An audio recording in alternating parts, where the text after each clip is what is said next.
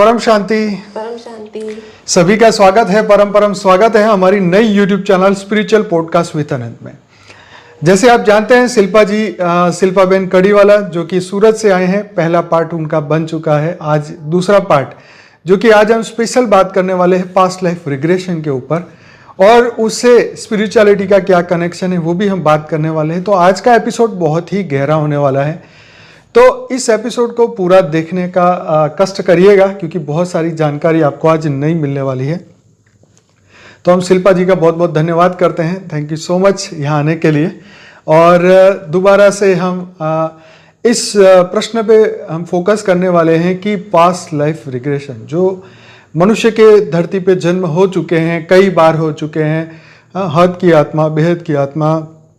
बापूजी ने जैसे ज्ञान में बताया हुआ है कि कई आत्माएं तो ब्रह्मा के पहले परार्थ से हैं, कई आत्माएं ब्रह्मा के दूसरे परार्थ से हैं, कई आत्माएं 5000 साल से हैं, कई आत्माएं कुछ सालों से हैं, कई आत्माओं के कुछ ही जन्म हुए हैं, कई आत्माओं के एक ही जन्म हुआ है। तो सबकी अपनी अपनी आत्मा का लेवल के हिसाब से, उनके जर्नी के हिसाब से, ज्ञान के हिसाब से उन्होंने धरती पे जन्म लिए हैं। तो आज कुछ ऐसी बातें होने वाली है जो कि आप शायद पहली बार ही आज चर्चा आज सुनेंगे। तो शिल्पा बेन से इसलिए जानने की कोशिश करते हैं क्योंकि उन्होंने पास्ट लाइफ रिग्रेशन की एक थेरेपी है जो कि साइंटिफिक प्रूवन भी है और उनके कुछ एक्सपीरियंस भी है। तो जिन्होंने पहला वीडियो इनकी स्पिरिचुअल जर्नी का नहीं सुना है वो पहले ज़रूर सुनिएगा, और आज का वीडियो तो पूरा ही सुनिएगा। तो शिल्पा जी बहुत बहुत स्वागत करते हुए ये आपको पहला क्वेश्चन मैं करता हूँ कि जो पास्ट लाइफ रिग्रेशन है, थोड़ा सा बेसिक क्वेश्चन है, तो ये थेरेपी के बारे में थोड़ा सा बताइए कि ये क्या होती है, कैसे होती है और क्यों होती है। जी, ये पास्ट लाइफ रिग्रेशन थेरेपी है जो जनरली तो फोबिया, फियर्स वगैरह के लिए होती है। कोई ऐसी प्रॉब्लम जिसको आपको मेडिकल में जिसका कोई सोल्यूशन नहीं मिला हो, या ऐसी कोई प्रॉब्लम जिसके जो आप बचपन से, जन्म से फेस करते आए हैं लेकिन आपको उसका कोई जवाब नहीं मिला हो। कोई ऐसी पैटर्न है जैसे फैमिली में सबकी डेथ, जैसे कई बार मैंने ये देखा है कि फैमिली में सारी औरतें कैंसर से ही मरती हैं, ऐसा कोई श्राप लगा हो फैमिली पर। तो बहुत सारे ऐसे रीजन होते हैं जिसका जवाब ना मेडिकल के पास है, ना ज्योतिष के पास है, कहीं नहीं है। तो वो चीज के जवाब हमें अपने पास्ट लाइफ से मिल सकते हैं। तो इसलिए हम ये थेरापी करते हैं जिसमें बेसिकली हिप्नोथेरापी दी जाती है, और हिप्नोथेरापी से कई बार माइंड रीप्रोग्रामिंग किया जाता है, सोल्यूशन उसी से आ जाता है। और कई बार बहुत डीप में ले जाने पर जो हमारे अंदर के जख्म है, जो वुंड होते हैं, जो हमारे एज रिग्रेशन भी होता है जिसमें हम बचपन में कोई हमारे साथ ऐसी घटना हुई होती है तो वो भी बाहर आ जाती है। अगर इस जीवन में नहीं होती है तो माँ के पेट में भी कई बार बच्चा बहुत सारी एनर्जी अपने माँ के पेट में एब्जॉर्ब कर लेता है। जैसे माँ बहुत उदास है तो वो उदासी एब्जॉर्ब कर लेता है। माँ बहुत नेगेटिव सोचती है तो माँ तो टेम्पररी सोचती है लेकिन बच्चा वो नेगेटिविटी एब्जॉर्ब कर लेता है, तो पूरी जीवन वो उस नेगेटिविटी के साथ जीता है। तो जिस इश्यू पर हम टैप करते हैं वो इश्यू जहाँ से भी आया हो वो वहाँ जाता है और उस चीज़ को देखता है और उसे दोबारा फिर से जीता है, और उसी दौरान वो वहाँ से बाहर निकलकर हील होके आता है। तो कई बार ये चीज़ पिछले जन्म में होती है तो इंसान पिछले जन्म में भी पहुँच जाता है। जी। तो जैसे आपने कहा कि गर्भ संस्कार, जैसे आजकल बहुत बड़ा कॉन्सेप्ट चल रहा है, गर्भ संस्कार को बहुत ही इम्पोर्टेंट मानते हैं कि माताओं को, जो गर्भवती महिला हैं, वो अपने बच्चों के लिए जो है अपने ऊपर पूरा वॉच रखते हैं कि भाई हमारे संस्कार ही जाने वाले हैं, तो हम गुस्सा ना करें, हम क्रोध ना करें, हम बुरी बातें ना करें, हम अच्छा पाठ करें, हम रामायण महाभारत कुछ अच्छे चीज़ों को हम पढ़े सुने समझे ताकि वो बच्चों में अभी से जाना शुरू हो जाए। तो ये शायद वहीं से ही ये कंसेप्ट बिल्कुल जैसे बचपन में कहते हैं ना, गर्भवती स्त्री घर में हो तो कथा सुननी चाहिए, भागवत गीता पढ़नी चाहिए, रामायण या अच्छी चीजें देखनी चाहिए। तो वो बिल्कुल जो हमारी संस्कृति में कहा गया है बिल्कुल सही है। और जितने भी पास्ट लाइफ रिग्रेशन मैंने किए या मैंने दूसरों के देखे हैं तो उसमें यही बात निकल के आती है कि जो हमारे शास्त्रों में, वेदों में कहा गया है हमने वो नहीं किया है, तो वो बिल्कुल ज़रूरी है। अगर उसके हिसाब से चलो तो हमें कोई प्रॉब्लम ऐसी आएगी ही नहीं। बात सही है आपकी। तो अब ये बताइए कि पास्ट लाइफ रिग्रेशन की ज़रूरत किनको होती है? देखिए जनरली तो जिनके पास ऐसा कुछ प्रॉब्लम है, जिनका कोई सोल्यूशन ही नहीं है हम्म और वो इंसान बहुत ही ज़्यादा इतनी हद तक सफ़र कर रहा है कि अब उसके पास मौत के सिवा सोल्यूशन ही नहीं है। ओके। कोई इंसान इस तरह सोच लेता है कि या तो अब मैं मर जाऊं या तो ये प्रॉब्लम सॉल्व हो। जी जी तो जी। ऐसी सिचुएशन में आप करा सकते हैं जनरली। बाकी आप छोटी मोटी चीज़ों के लिए जैसे घर में कुछ झगड़े हो रहे हैं, इनके साथ नहीं बनती, तो छोटी मोटी बातों के लिए आप ये हाँ, उसके थेरेपी लिए ये नहीं है। थेरेपी नहीं है। Right right right. जी। तो आपको क्या लगता है कि इस थेरेपी से कितने प्रतिशत रिजल्ट मिलता है? देखिए मेरे हिसाब से 60 to 70% तो मिलता ही है। ओके। और उसमें टाइम लगता है, ऐसा नहीं आज किया और 1 महीने में, आपको 5 महीने 6 महीने भी लगते हैं। जी। कई लोगों के मेरे पास फीडबैक आए हैं तो उनको 6 8 9 महीने में भी अभी फर्क दिख रहा है। ओके। जी। तो मुझे थोड़ा सा ये जानना है इसके बारे में कि भाई पास्ट लाइफ रिग्रेशन में किस तरीके से आप इस सेशन को शुरुआत करते हैं, क्या करना होता है उस वक्त जिनको ये रिग्रेशन करना होता है, तो आप क्या उनको इंस्ट्रक्शन देते हैं, क्या सोचना है आपको? जी देखिए पहले तो जब पास्ट लाइफ के लिए कोई आता है रिग्रेशन ये थेरापी लेने के लिए, तो पहले तो उनको मैं मेडिटेशन ही बोलती हूँ अच्छा। कि थोड़ा वो मेडिटेशन किया करें, और नहीं करते तो एटलीस्ट सेशन से पहले 15-20 मिनट का मेडिटेशन करें, क्योंकि उससे उनका मन स्थिर हो जाएगा, शांत हो जाएगा। जी। फिर जब हमारी थेरापी शुरू होती है तो हम ऐसे ही सांसों के ऊपर ध्यान करते करते फिर धीरे धीरे उनका मन शांत करते हैं, जैसे पूरे बॉडी को रिलैक्स किया, सांसों के ऊपर ध्यान करते करते मन स्थिर हो जाता है। ओके। फिर वो एक हिप्नोटिक स्टेट में चले जाते हैं, उनका मन शांत हो जाता है, फिर वो रेडी होते हैं हर चीज को अपने सबकॉन्शियस माइंड को ओपन करने के लिए, क्योंकि ज्यादातर चीजें तो सबकॉन्शियस में ही पड़ी है। ओके। तो सबसे पहले वो सबकॉन्शियस में ही जाएगा, मतलब जो हमारा सूक्ष्म शरीर है जिसके अंदर सब रिकॉर्डिंग है, तो फिर वो उसे एक्सेस करता है। अगर बहुत ज़्यादा इमोशनल है इंसान, इमोशन से भरा हुआ है, तो बहुत ही जल्दी वो बाहर आने लगेगा, सरफेस पे आने लगे। ओके। वो बहुत जल्दी सरफेस पे आती है। तो सब लोग कर सकते हैं या कोई कोई लोग ही कर सकते हैं? देखिए सबका हो सकता है? हिप्नोथेरेपी तो हर कोई कर सकता है। अच्छा। ये एक नॉर्मल ट्रीटमेंट है, जैसे डॉक्टर के पास जाना नॉर्मल है, उसी तरह हिप्नोथेरेपी तो नॉर्मल चीज है। जैसे कोई इंसान इमोशन से बहुत भर गया है, बहुत परेशानी से सोच सोच के वो थक गया, उसका दिमाग विचारों से भर गया है और वो मेडिटेशन नहीं कर पा रहा है, तो उसके लिए ये शॉर्टकट रास्ता ये है कि वो थेरापी ले। और हिप्नोथेरेपी में मन शांत होने की ही थेरापी है। ओके। तो मन शांत होगा तो उसके विचार वो रिलीज कर पाएगा, दैट्स इट। लेकिन उसके बाद हिप्नोथेरेपी से एक आगे का स्टेट होता है जो जिसमें वो पास्ट लाइफ भी जाता है, वो अपने सूक्ष्म शरीर में भी जा सकता है, कारण शरीर में भी जा सकता है, महाकारण शरीर में भी जा सकता है, जैसे हमने आगे भी बात की थी। अगर उसकी आत्मा में पावर है तो वो अपनी सुषुप्त शक्तियों को भी जगा सकता है। Very nice, very nice. तो अब जैसे आपने काफ़ी सारे ये किए हुए हैं सेशंस, तो आपका अभी हम एक्सपीरियंस ये जानना चाहेंगे कि जब किसी व्यक्ति पे ये सेशन आपने किया है तो उन्होंने अपने कुछ पास्ट लाइफ के बारे में बताया होगा और इस जन्म की प्रॉब्लम भी आपको बताई क्योंकि वो आपके पास आए हैं, तो वो पास्ट लाइफ से इस प्रॉब्लम को कैसे कनेक्ट करते हैं आप? देखिए जैसे किसी इंसान को मान लो कि छाती में तकलीफ, एक थी मेरी एक फ्रेंड थी, उसको यही था। हाँ। अब उसको छाती में बहुत पेन रहता था, बहुत ही अचानक उसे पेन रहता और पीठ में भी रहता था। और हमने उनका रिग्रेशन किया, तो जैसे स्टार्टिंग में हमने हिप्नोथेरेपी हिप्नोटिक स्टेट पे मैं उनको लेकर गई, तो उनको सबसे पहले यहीं पर पेन होना शुरू हो गया। ठीक है। पेन होना शुरू हो गया तो हमने उसी जगह को टैप किया कि उसके ऊपर फोकस करो, तो फोकस करते करते उनकी दृष्टि अच्छी थी तो वो आगे गए और उन्होंने देखा कि और उस जगह पर फोकस करें, क्योंकि कर्म बंधन उस जगह पर स्टोर हो गया जी, वहां पर वो कोई घटना घटी है। हाँ, केमिकल हो गया उसका। अब उसको उसने टैप किया तो जो घटना उसमें स्टोर थी वो उसको दिखने लगी। अच्छा। तो जो उस जन्म में उन्होंने देखा कि उनकी सांस ने उन्हें गुस्से में आकर एक कड़छा गरम गरम था वो मारा था, फेंका था। ओके। वो उनके ऊपर फेंका था, तो वो उसी जगह पर जाके लगा था और बहुत तेज घाव हुआ था उनको। अच्छा।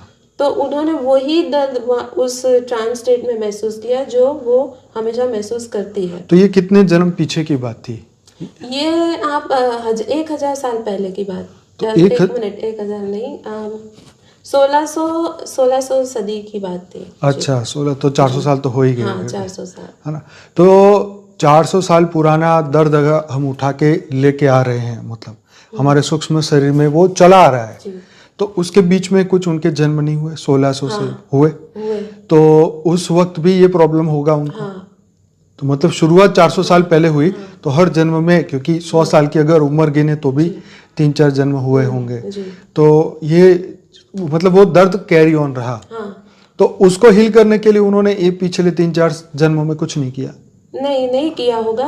ओके। क्योंकि हमने ये घटना पे ऐसे टैप किया था कि जहाँ से ये प्रॉब्लम की शुरुआत हुई है, आप उस घटना में जाइए। अच्छा, तो सीधा उसने बात है। सीधा ये देखा। ओके। अब इसमें एक चीज ये भी है कि आपको उस जन्म में जिस उम्र में ये चीज मिली, हाँ, इस क्या जन्म में उसी उम्र में वो पेन आपको स्टार्ट होगा। अच्छा, जैसे कि ये आप भी उस नई जन्म बात में 40 के साल थे। की उम्र में आपको हाँ, ये चीज हुई, तो इस जन्म में वो 40 साल की उम्र में वो पेन स्टार्ट होगा। ओके। हाँ, ऐसे भी कई दाखले हुए हैं। अच्छा, ये ओके। तो यहाँ पे ये बात निकल के आई कि अब उनको समझ में आया कि ये प्रॉब्लम है, तो उसका क्या सॉल्यूशन क्या निकला? जी, उनका सॉल्यूशन यही है कि उस घटना को अब वो देखे, साक्षी भाव से देखे। ठीक है। जब ये घटना हुई थी तब उन्होंने साक्षी भाव में इस घटना को नहीं जिया था कि भाई मेरी सास ने मुझे मारा, ये एक आघात, हाँ, यस, आघात के साथ उसने आघात के झेला। साथ, राइट। लेकिन अब उसको वो वापस जी रही है साक्षी भाव से, ओके। कि भाई वो जो लग रहा है, वो इस शरीर को लग रहा है मैं इस शरीर से अलग हूँ। तो हिस्ट्री रिपीट कर रहे हैं। हाँ जी। और उसके सूक्ष्म शरीर अब फिर उसकी डेथ तक जाते हैं। ओके।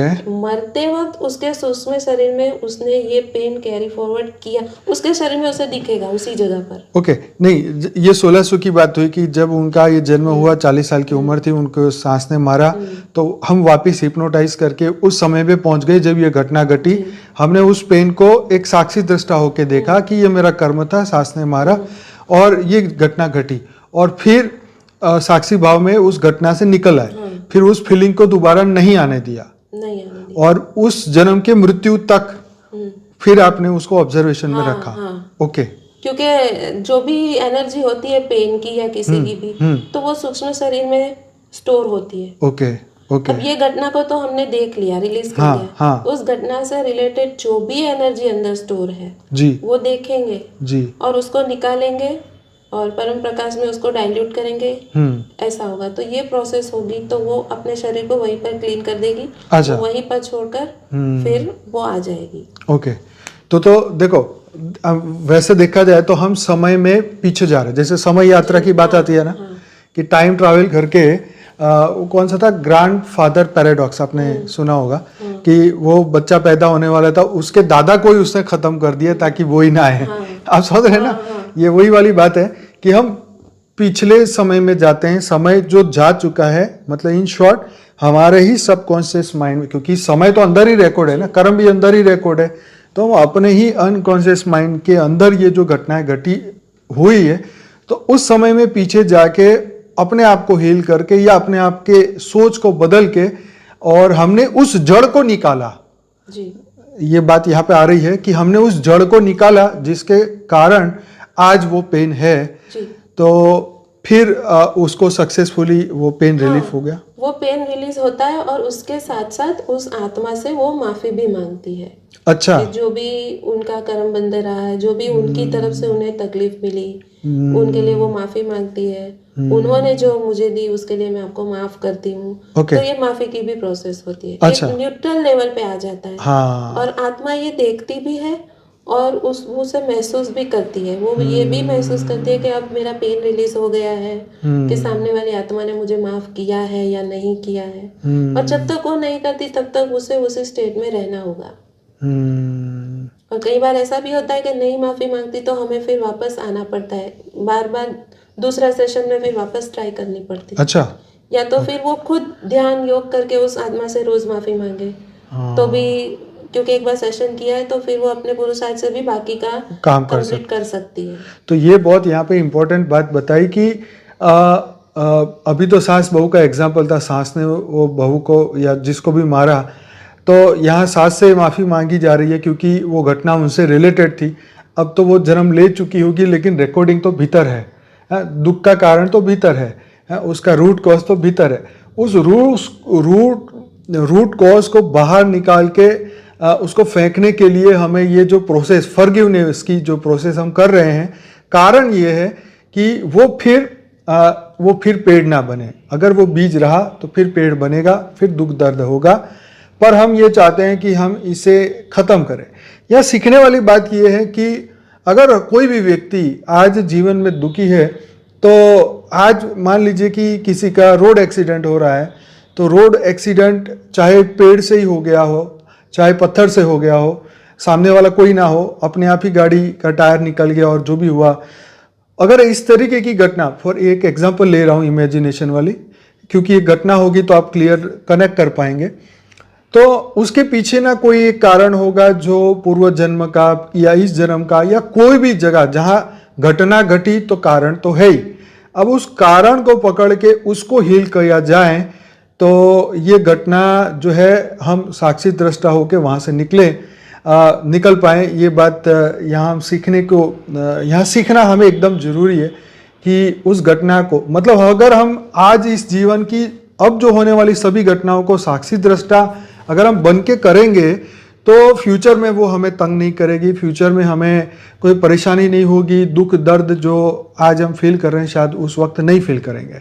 कई बार ऐसा होता है जीवन में दुख आता भी है और चुटकियों में चला जाता है, मतलब दर्द की महसूस नहीं होती, होता दुख है लेकिन वो दर्द नहीं है, उसके दुख के साथ वो फ्री वाला दर्द नहीं है। दुख आया और चला गया, मतलब कैसे आया, सपने में आया और सपने में चला गया। जैसे कुछ दर्द जो है सपने में ही मिलते हैं और सपना खत्म हुआ, सपना टूटा और वही खत्म हो गई, वही एनर्जी वहीं छोड़ दी और आगे निकल गए। तो बस बिल्कुल वही चीज कि हर मनुष्य अपने अंदर की ये जो भी रूट कॉज है उसके दुख का, उसको पकड़ के उसको अपने सबकॉन्शियस माइंड को ही हील करे, वहां परम प्रकाश से उसे भरे और संकल्प करे कि बस अब ये कारण जो था वो खत्म हो चुका है, उसके पीछे कोई भी जवाबदार हो, मैं हूं तो मैं माफी मांग रहा हूं, या सामने वाला हो तो मैं उसे माफ कर रहा हूं और मैं इससे मुक्त हो रहा हूं। तो हमने इसको कहते हैं टाइम ट्रैवल करके पीछे जाके अपने आप को हील किया। क्या ये जो मैं बोल रहा हूँ सही है? जी बिल्कुल बिल्कुल। इसमें कुछ आप ऐड करना चाहेंगे? नहीं, बस यही कि टाइम ट्रैवल करके हमने अपनी गलती को ढूंढा।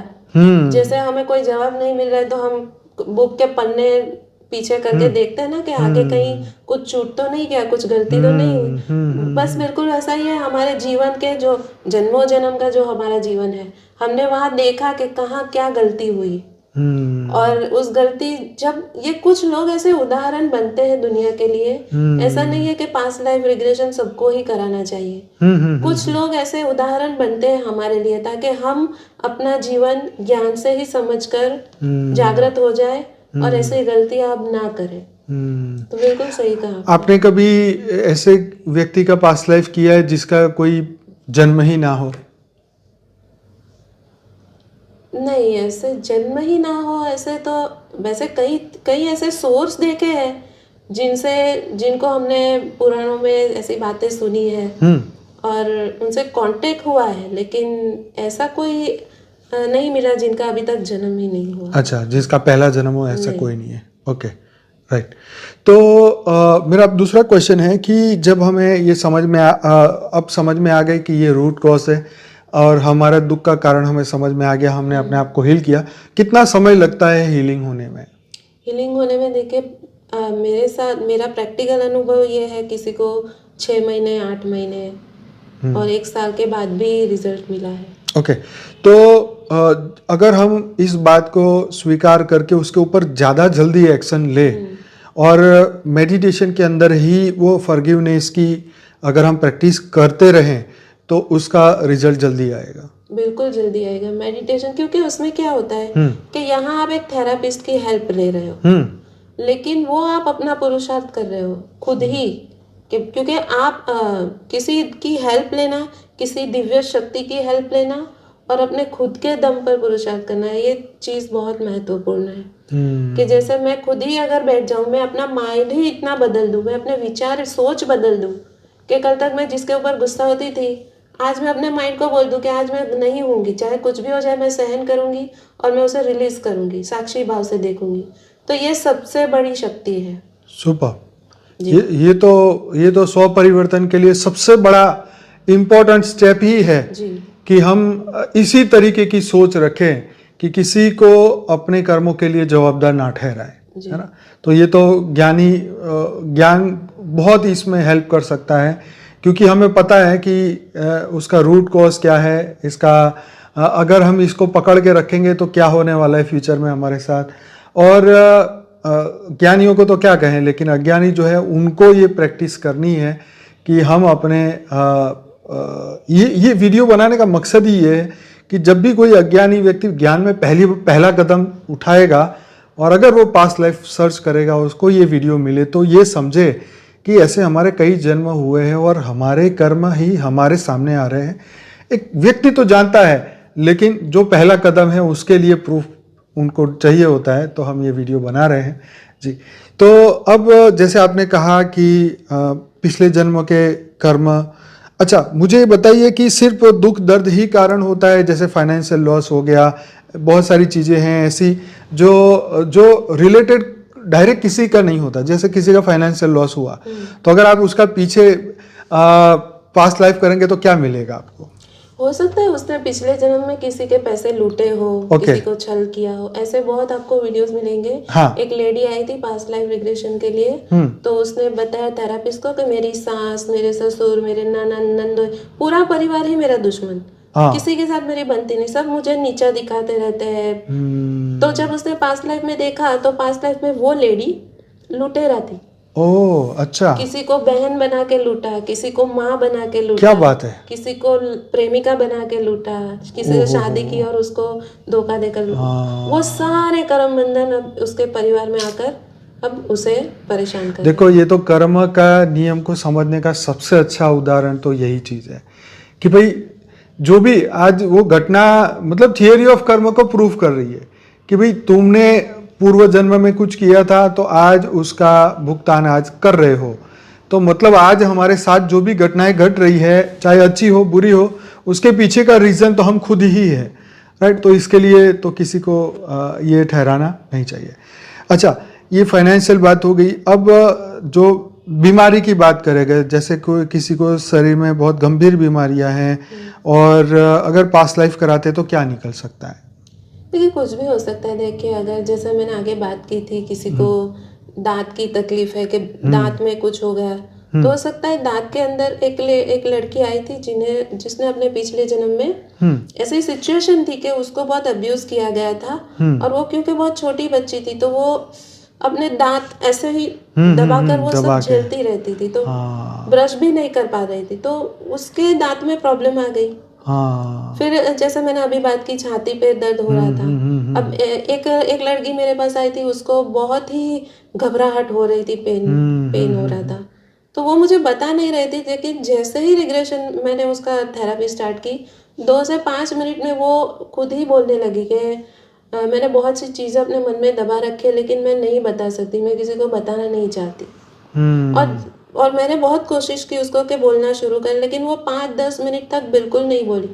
फिर जैसे उसने बोलना शुरू किया तो उसने सब कुछ बोला कि किस चीज़ की वजह, कोई रिलेशनशिप थी जिसकी वजह से वो घर में बहुत खराब हालत में फंस गई थी। तो जैसे ही उसने सारा वो चीज़ निकाली, अपने आप वो उसका शांत हो गया मन, फिर वो बहुत ही हल्का महसूस करने लगी। अच्छा, तो ये प्रॉब्लम फिर सॉल्व हो गया? जी, ओके, प्रॉब्लम सॉल्व हुई। ओके, तो ये बात यहाँ पे हमें समझ में आती है कि जो भावनाएं हम कैरी करके आए हैं पूर्व जन्मों से, कर्म बंधन जो हम कैरी करके आ रहे हैं, जो कि हमारे सूक्ष्म शरीर के एक सेल के अंदर स्टोरेज हो चुकी है, जिसके जितने ज्यादा कर्म बंधन, जिसके ज्यादा जन्म, उतने ही वो ज्यादा आत्मा दुखी। आपका क्या कहना है? जी बिल्कुल। अगर ये लड़की, ये इसकी प्रॉब्लम इसी जन्म की थी, तो वो तो ऑन द स्पॉट उसको सॉल्व हो गई। अगर वो अभी भी वो दबा ही रखती, बताती ही नहीं, पूरी जिंदगी ऐसे रहती, हो सकता है कि फिर अगले जन्म में या इस जन्म में मरने से पहले उसको कोई बीपी या हार्ट अटैक या कोई भी ऐसी बीमारी हो सकती है। स्टोर करके रखेगी तो वो ज्यादा मजबूत होती ही जाएगी। तो ऐसे ही जन्मों जन्मों तक हम इसको दबाए ही रखते हैं तो वो बहुत भयंकर रूप में फिर हमारे सामने आती है। तो आपका कहना ये है कि जितनी भी फीलिंग्स हो वो हमें बाहर निकालनी जी चाहिए, बिल्कुल जीवन साक्षी दृष्टा जीना चाहिए जी ना? जी तो ही हम कर्म के बोझ से मुक्त हो सकते हैं। जी कर्ता से अकर्ता के स्टेज में अगर हम जीवन जिए तो हम ये बोझ से मुक्त हो सकते हैं। जी। मैंने ये भी देखा है कई बार फैमिलीज में ऐसा होता है कि इंसान को अपने मन की बात बोलने की छूट नहीं होती। जैसे कि कोई इंसान कुछ बोल देता है कि मुझे आपकी ये बात बुरी लगी तो सामने वाला सुनने को ही तैयार नहीं होता। तो ऐसा कैसे बोल सकता है मुझे, ऐसा कैसे सोच सकता है। कोई बात नहीं, उसने सोचा, उसने बोला, उसको छूट दो बोलने का, सोचने का। आपको फ्रीडम मिलेगा तो अपने आप वातावरण मुक्त होता जाएगा। क्योंकि हमारी जो समाज सिस्टम जो है इसमें क्या होता है कि अगर एक लेडीज की बात करें तो वो एक डिपेंडेंट मानी जाती है, जी क्योंकि वो खुद, उनको फैमिली चलाना है, घर को चलाना है, इसलिए वो अर्न नहीं करती। और अर्न नहीं करती मतलब उसको फिर अंदर से ये भाव होता है कि अगर मुझे निकाल देंगे मैं कहाँ जाऊंगी, मेरा क्या होगा, कौन खाना खिलाएगा, माँ बाप है नहीं, कहाँ जाएंगे। तो इन भावनाओं के साथ जो है लेडीज के अंदर एक दबाव का भाव पैदा हो जाता है। और उस भाव को कैसे निकाले, उसका क्या रास्ता वो सप्रेस करती है। इसलिए मैं तो यही कहती हूँ, जो भी मेरे पास लेडी क्लाइंट आती है ना, मैं उसे यही कहती हूँ कि इंडिपेंडेंट बनो, कुछ ना कुछ काम करो, कमाई करो, क्योंकि इससे हमारा दोनों तत्व भी बैलेंस होते हैं। जी। आप डिपेंडिंग नहीं रहोगे तो आपको आपके अंदर एक कॉन्फिडेंस भी आएगा। और जब आप उसके बाद भी अगर आप कमाने लगे हो, आपके पास सब कुछ है, उसके बाद आप फिर उद्दंड मत हो जाओ, मतलब कि मैं कमा रही हूँ मुझे कौन। उसके बाद भी आप विनम्र बने रहो। राइट। ये नहीं है कि समाज स्त्री को सपोर्ट कर रहा है तो स्त्री कुछ भी कर सकती है। जी जी जी। अगर हमारे बारे में सोचा जा रहा है तो हमें भी विनम्र बनना है। चाहे कितना भी हम, जितने हम पाते जाएंगे उतना ही हम विनम्र बनते जाएंगे, तो ये हमारे लिए हमेशा लाभकारी ही होगा। जी जी जी। वो तो ऑब्वियसली एक जगह पे लिखा था कि मैं ज़्यादा इसलिए कमाना चाहता हूँ कि मैं ज़्यादा लोगों की मदद कर सकूँ, जी है ना। तो एक बड़ी बात है कि ज़्यादा हम कमाएं, अगर हमारी भगवान ने बुद्धि दी है तो इसका अच्छा इस्तेमाल करके लोगों की भी हम मदद कर सकें। तो कल ही मैंने एक वीडियो देखा, तो एक आईएएस बनने के लिए एक प्रोफेसर या टीचर कोई था, वो बच्चों को ये समझा रहा था कि अगर आईएएस आईपीएस कुछ बन सकते हो तो तुम्हारी एक साइन से किसी के घर में बिजली आ सकती है, या एक अच्छा तुम कार्य कर सकते हो अगर बड़ी पोस्ट पे पहुंचो। तो यहाँ पर सिर्फ एक जरूरी नहीं कि डिग्री के साथ ही हम एक अच्छा कार्य कर सकते हैं, एक अच्छी सोच के साथ हम इस सोच को आगे भी बढ़ा सकते हैं, अपने अच्छे विचारों को आगे बढ़ा सकते हैं, दुनिया तक पहुंचा सकते हैं, लोगों को जागृत कर सकते हैं। राइट। आज हम ये एपिसोड बना रहे हैं, उसका कारण क्या है कि एक जागृति सबके भीतर आए कि अगर हम ये नॉर्मल जीवन जिंदगी जिएंगे तो ये सुख और दुख तो पीछा छोड़ने वाले नहीं है। स्व परिवर्तन ही इसका अल्टीमेट इस एपिसोड का गोल है कि हम अपने मन बुद्धि संस्कारों को बदल के जीवन मुक्त बन सकते हैं। नहीं तो जीवन मुक्त कैसे बनेंगे अगर हम फीलिंग्स ही इकट्ठी करते रहें, किसी को उसने 2 सुनाई, तुमने 4 सुनाई, अंदर ही सब रिकॉर्ड करके रखा, तो फिर तो अंदर पड़े पड़े वो मल्टीपल होने वाला है ना। तो उस मल्टीप्लाई को हमें खत्म करना है। तो अब ये बताइए कि जब इस तरीके के सेशंस होते हैं तो आप क्या सीखते हैं उनसे? मैं यही सीखती हूँ। सबसे ज्यादा तो मैंने यही देखा है कि इमोशन से परे रहना है। जी। भावनाएं, ज्यादातर भावनाएं ही होती है। जैसे किसी का झगड़ा हुआ, किसी को लूटा, तो इसके पीछे क्या है? भावना। सबसे पहले तो भावना होती है। दूसरा होता है कि हमारी नेगेटिव सोच। हमें बहुत पॉजिटिव रहना चाहिए जी। कुछ भी करने के लिए हमें पॉजिटिव सोचना चाहिए। और पॉजिटिव सोच ऐसे नहीं कि भाई चलो आज अचानक मैं पॉजिटिव हो गई। हमें उसके पीछे गहराई में जाना पड़ेगा कि अगर आज मैं अपने घर में एक प्रेशर में जी रही हूँ क्योंकि मैं इंडिपेंडेंट नहीं हूँ, तो मुझे कुछ काम करना है, तो हम पहले ये सोचते हैं लोग क्या कहेंगे। एग्जैक्टली। तो लोगों का मत सोचो, क्योंकि लोग कभी हमारे रास्ते में नहीं आते। वो अपने घर पे बैठते हैं, हमारे घर पे बोलने नहीं आते हैं वो। वो मत सोचो। और जो भी करोगे, कम कमाई हुई तो लोग हंसेंगे, मैं कुछ आगे नहीं कर पाई तो लोग हंसेंगे, ये सोचना ही छोड़ दो। जी। हमेशा पॉजिटिव रखो। 10 रुपए भी कमाऊंगी, 100 रुपए भी कमाऊंगी, तो ये मेरे लिए गौरव की बात है। तो छोटी छोटी स्टेप लेने से भी जरा भी हिचकाओ मत और अपना काम पॉजिटिविटी के साथ करो। मैं तो यही कहूंगी, जो करो हिम्मत से पॉजिटिविटी के साथ करो, क्योंकि समय रहते रहते हर चीज पावरफुल बनती ही है। जी। क्या आपने कभी ऐसा देखा कि जो व्यक्ति बहुत जिद्दी था लेकिन ये पास्ट लाइफ का ये किया, उससे उसका अहंकार टूटा? देखिए, पास्ट लाइफ में अहंकार तो टूटता ही है। हाँ। क्योंकि पिछले जन्म में हमने क्या गलती की है वो हमारे सामने भी आती है। कहीं ऐसे भी लोग हैं जैसे मैंने आपको इन लेडी की बात की, तो पिछले जन्म में वो लुटेरा थी। तो जब वो देखती है तो उसका तो वही अहंकार टूट गया। उसको पहले ये लगता था कि लोग मुझे परेशान कर रहे हैं, मैं अच्छी हूँ। हाँ। लेकिन अब उसने देखा कि नहीं, मैंने ही सबको परेशान किया है, उल्टा इतना। अब एक लेडी थी जो जिनके हस्बैंड उसको बहुत मारते थे, खाना देते थे लेकिन मारते, बहुत टॉर्चर करते थे। वो एक साधु के पास गई थी। तो वो साधु, पहले के जमाने में तो ऐसा ही था ना, साधु ही आपका पास्ट लाइफ देख लेते थे। हाँ, पहले, हाँ, सही बात है, सही बात है। तो साधु ने बताया कि आपका हस्बैंड थोड़े दिन में सुधर जाएगा, आप जाइए। फिर थोड़े दिन बाद वापस आई, बोले कि वो तो नहीं सुधरा। तो बोले वो आपको खाना देता है? तो कहा हाँ, मुझे खाना तो देता है। अच्छा ठीक है, कोई बात नहीं, सुधर गया। वापस तीसरी बार आई। तीसरी बार आई तो पूछा क्या? तो बोल रही है कि आपने तो कहा कुछ हुआ नहीं। तो बोला बेटा, पिछले जन्म में तूने तो उसको खाना भी नहीं दिया था। तू तो उसको मारती थी, परेशान करती थी, लेकिन खाना भी नहीं देती थी। बाप रे बाप। ये इतना तो अच्छा है कि कम से कम तुझे खाना तो दे रहा है। Yes yes yes yes yes. तो अब एक ही रास्ता है कि आप माफी करो। हाँ। पॉजिटिव हो जाओ। एक दूसरे को माफ, मैं इसे क्यों माफ करूं, इसने तो मुझे ये कहा। ये चीजें आएगी, आपको परेशान करेगी। राइट। लेकिन भावना, उसका सामना करो। दुश्मन को धीरे धीरे धीरे करके आप तोड़ सकते हो। तो शुरुआत करोगे तो कामयाबी हासिल होगी ही होगी। तो हाँ, तो ये बात तो बहुत आपने अच्छी बोली कि अगर हम अपना पूर्व में झांक के देखें तो गलती तो हमारी निकलेगी, क्योंकि बिना कारण तो इंसान दुखी नहीं हो सकता है ना। बिना कारण तो इंसान ना सुखी हो सकता है ना दुखी हो सकता है। कुछ तो अच्छा किया होगा तो आज वो सुखी है, और कुछ तो बुरा किया होगा तो जो वो दुखी है। पर मनुष्य का स्वभाव उसे स्वीकार करने नहीं देता, उनका अहंकार उसे स्वीकार नहीं करने देता कि ये मेरे साथ कैसे हो सकता है, मैं ऐसा कैसे हो सकता हूँ। पर ये हमेशा याद रखना चाहिए कि मनुष्य का जो मन है वो बहुत ही चंचल है। साधु लोग भी अपने मन को कंट्रोल करने के लिए आज भी देखो इतने सारे नियम बना के रखे कि औरतों से दूर रहो, उनका मुंह ना देखो। क्यों? अपने आप के लिए बनाया ना, किसी और के लिए नहीं बनाया। अपने आप को ही कि भाई मेरा मन अंतिम समय तक आगे पीछे ना हो जाए या मेरे से कोई गलती ना हो जाए, इसके लिए उन्होंने ये सब नियम बनाए। खैर, जो भी नियम हो, पर अंतिम समय तक हर मनुष्य को पुरुषार्थ करना पड़ता है अपनी अच्छाई बनाए रखने का। राइट जी। तो अभी आपने जैसे काफी सारे लोगों के किया, तो जब जिनका ये पास्ट लाइफ करते हैं वो ठीक भी हो जाते, तो उनके जीवन में परिवर्तन आता है?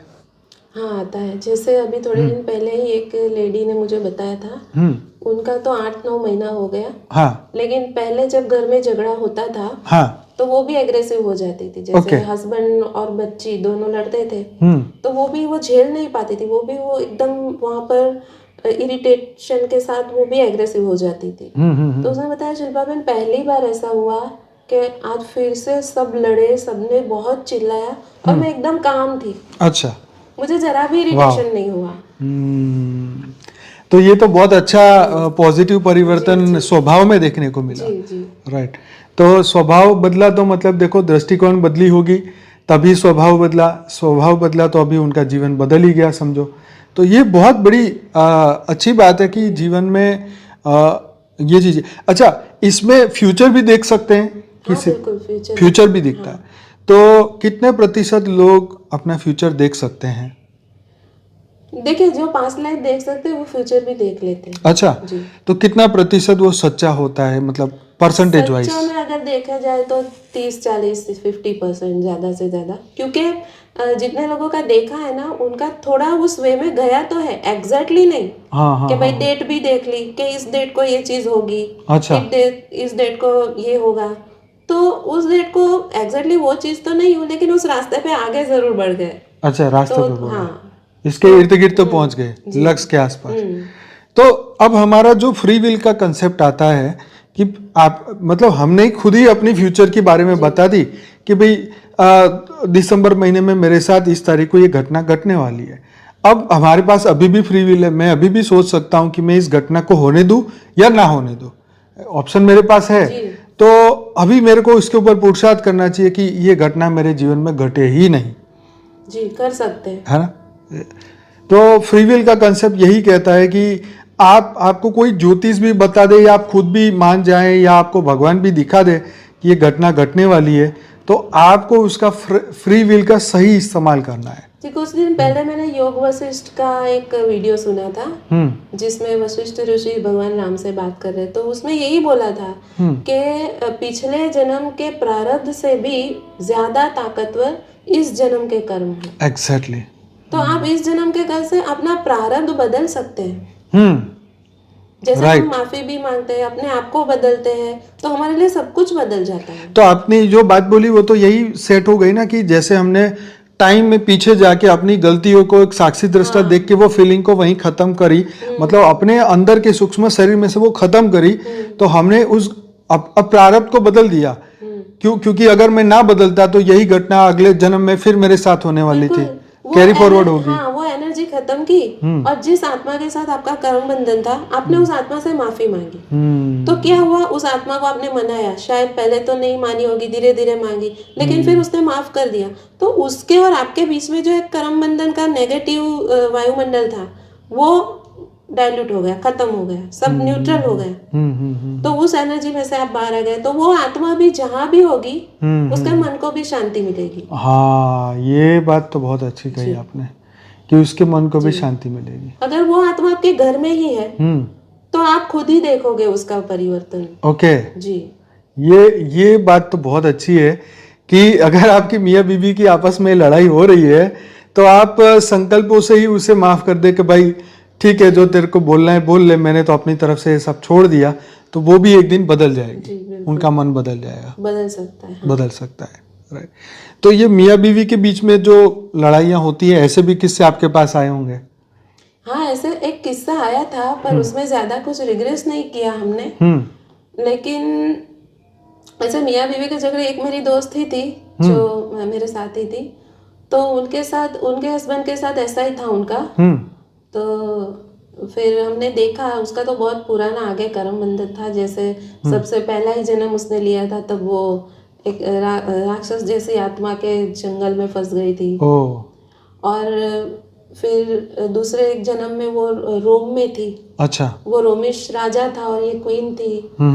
राजा था और ये जो उसका हस्बैंड था वो राजा नहीं था, लेकिन वो उस जन्म में वो एक कैदी था, उसी रानी ने उसे कैद कर लिया था, क्योंकि पिछले जन्म में उसने, राक्षस ने उसको पकड़ लिया था, उसको कैद किया था। तो फिर दूसरे जन्म में उसने रानी बनकर उसको कैद में डाल दिया। उसका हस्बैंड दूसरा था। अब वो जो राक्षस मर गया, मतलब जेल में था, तो मरते समय उसकी आंख में उसने देखा, तो उसकी आंख में उसे क्या दिखाई दिया? रिवेंज, बदला। कि वो मरते वक्त यही सोच रहा था कि अब मैं इसे बदला लूंगा। अब ऐसे कर्म बंधन बनता है। अगर बदला लेने के बजाय माफ ही कर दिया होता या कुछ ज्ञान दिया होता तो, या पॉजिटिव कुछ किया होता, तो इतना रिवेंज का मामला नहीं होता। तो ये फिर आगे बढ़ा। अब इस जन्म में वो उसका हस्बैंड है, तो उसको टॉर्चर करता है, इतना परेशान करता है कि वो अब बस छूटना ही चाहती है।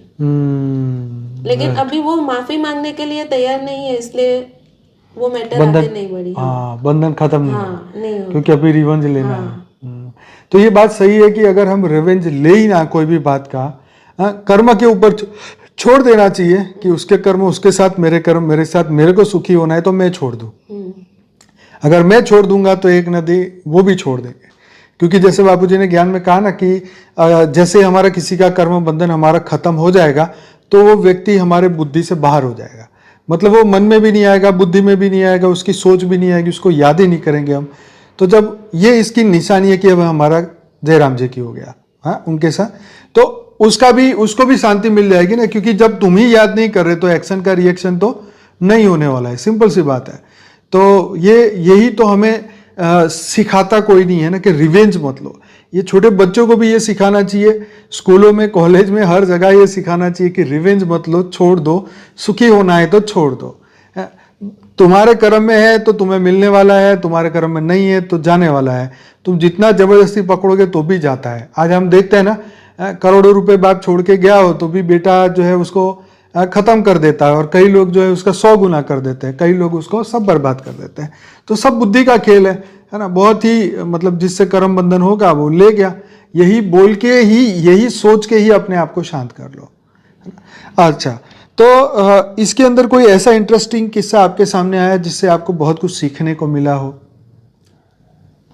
सीखने को तो मुझे बहुत कुछ मिलता है, लेकिन इंटरेस्ट मेरा मेन इंटरेस्ट आध्यात्मिकता में ही रहता जी है। जी जी। एक्चुअली जब भी मुझे ऐसे ऐसे लोग आते हैं तो बहुत खुशी होती है, जो मुझे कुछ ज्ञान दे, हाँ। जो कुदरत के रहस्य मेरे सामने आए, हाँ। जिससे मुझे भी पता चले कि छोटी छोटी चीजें हमारे लाइफ में क्यों होती है। क्योंकि ऐसे जो भौतिक और लौकिक चीजें होती है ना, उसमें तो सिर्फ प्रॉब्लम और सॉल्यूशन, दो चीजें ही होती है। जबकि आध्यात्मिक व्यक्ति के साथ जब हम सेशन करते हैं तो उसमें बड़ी दिव्य चीजें हमें जानने को मिलती है, आत्मा का ज्ञान मिलता है।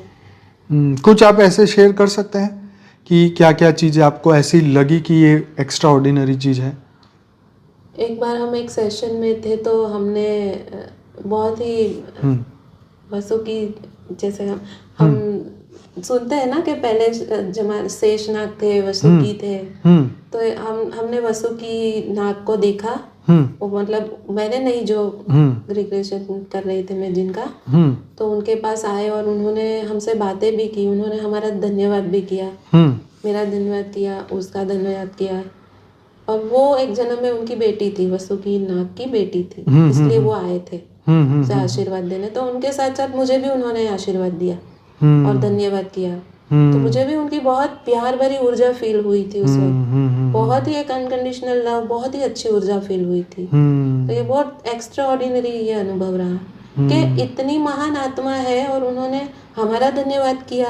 मतलब ये बहुत अच्छी चीज मुझे मिली। राइट।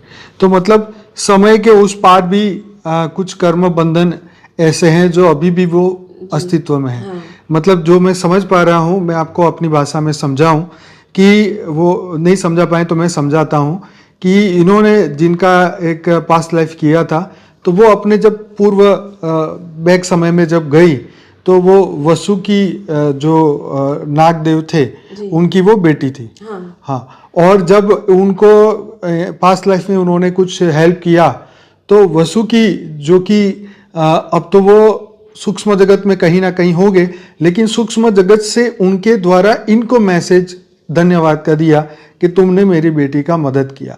इस वक्त तो उससे कोई लेना देना नहीं है, लेकिन ये पूर्व समय की एक कर्म बंधन की एक कहानी होगी, और जो इनके सामने आई और हमें समझ में आया कि इस वक्त जो हम धरती लोक पे एक मनुष्य का अभी हम पास्ट लाइफ रिग्रेशन कर रहे हैं, लेकिन उनका कई जन्मों से, कई आत्माओं से इस तरीके का रिलेशन होता है। अब पर्टिकुलर उस समय पे जब पहुंचे तब वसुकी का समय था, अगर और उससे पीछे जाते तो कोई और रिलेशन निकल के आता, लेकिन हीलिंग की जब बात आई, उस वक्त के उस समय की हीलिंग करने की बात हो रही थी, तो इसलिए वो कैरेक्टर सामने आया।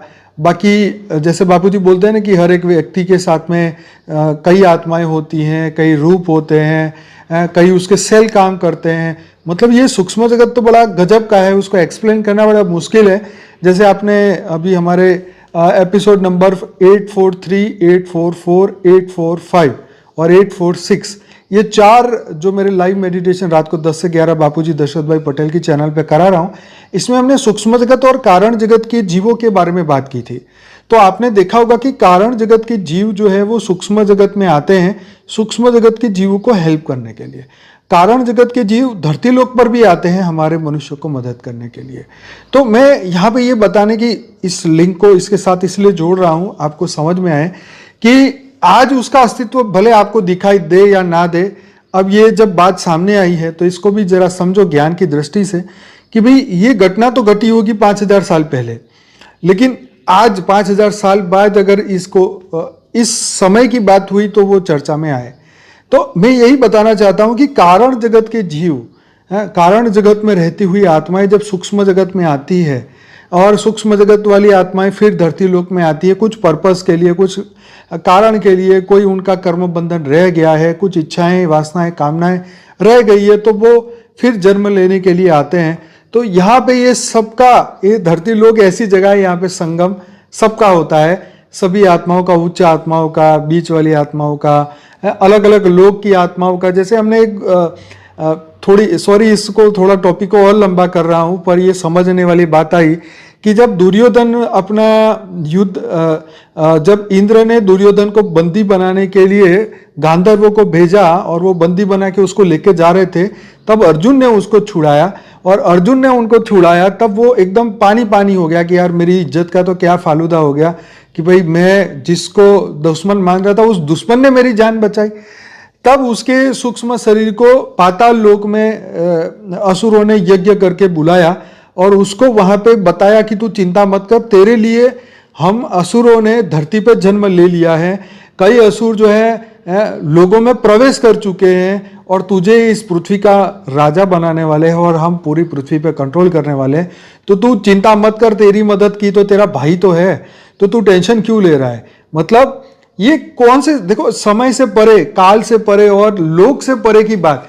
कहाँ वो धरती लोक पे ये महाभारत चल रही थी, कहाँ उसको पाताल लोक में लेके गए, वहां जाके उसको कॉन्फिडेंस दिया गया कि हम, तू अकेला नहीं, तेरे साथ हम सब है और हम युद्ध में तेरा मदद करने आने वाले हैं।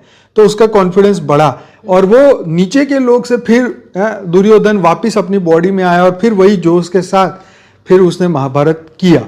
तो मतलब कहने का मकसद ये कि ये स्थूल जगत सिर्फ जो दिखता है वो नहीं है, ये स्थूल जगत में इससे परे सूक्ष्म जगत है, कारण जगत है, महाकारण जगत है और हमारे कई कनेक्शन ऊपर है जो आज हम नहीं जान पाएंगे। शायद इस बात को आप हंसी में लो, मजाक में लो या जैसे भी लो, लेकिन कल को बुद्धि अगर खुलेगी, समझ में आएगा तो ये बातें आपको बहुत हेल्पफुल होगी। खैर इस बात को वापस अपने इसमें आ जाते हैं क्योंकि हमारे लाइव मेडिटेशन में बहुत सारी बातें ऐसी आती हैं। और एक आपने बताया ना कि आपको कुछ सीखने को मिला, तो मैं आर्कियोलॉजिस्ट के बहुत सारे वीडियो देखती थी। हाँ, तो वहाँ पे एक अचानक एक वीडियो मुझे पॉपअप हुआ जिसमें कृष्ण के बारे में बताया गया था कि यशोदा मैया कृष्ण का पालना ऊपर सीलिंग से लगा के रखती थी। अच्छा। तो फिर सेशन दरमियान मौका मिला तो मैंने ये सवाल पूछा कि इतना ऊपर कैसे कृष्ण को क्यों रखा जाता था।